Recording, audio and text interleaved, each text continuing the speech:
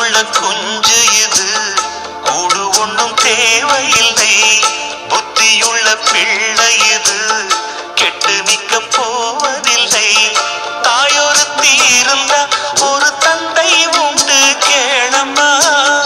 தந்தை ஒண்ணு இருந்தா பெத்த பாட்டி இன்றி போகுமா?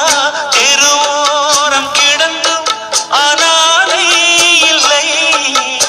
உறவென்னை வெறுத்தால் தினம் தருவேன் தொல்லை. கெட்டாலும் பட்டாலும் உன் பேரன்தான். என்னடி ஞான பெண்ணே, உண்மை சொல்லடி ஞான பெண்ணே. நடந்தால் 2 அடி, இருந்தால்